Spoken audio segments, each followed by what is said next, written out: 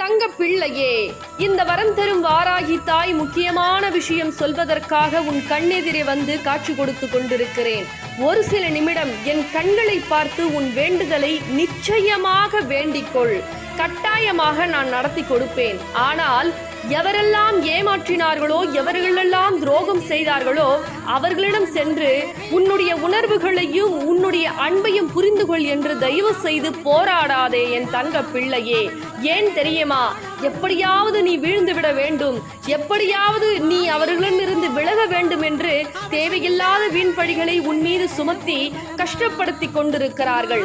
ஆனால் இதை பொறுத்து கொள்ள முடியாமல் தான் இப்பொழுது உனக்கு காட்சிகளை கொடுத்து, தங்க பிள்ளையே, எவரெல்லாம் உன்னை அவமானப்படுத்தினாரோ, எவரெல்லாம் வேண்டாம் என்று உன்னை உதறி தள்ளினாரோ, எவரெல்லாம் உன்னை உதாசீனம் செய்து பல கடுமையான வார்த்தையால் உன் மனதை காயப்படுத்தினார்களோ அவர்கள் கண் முன்னே இந்த வரம் தரும் வாராகி தாய் உன்னை நான் நிச்சயமாக வாழ வைப்பேன்.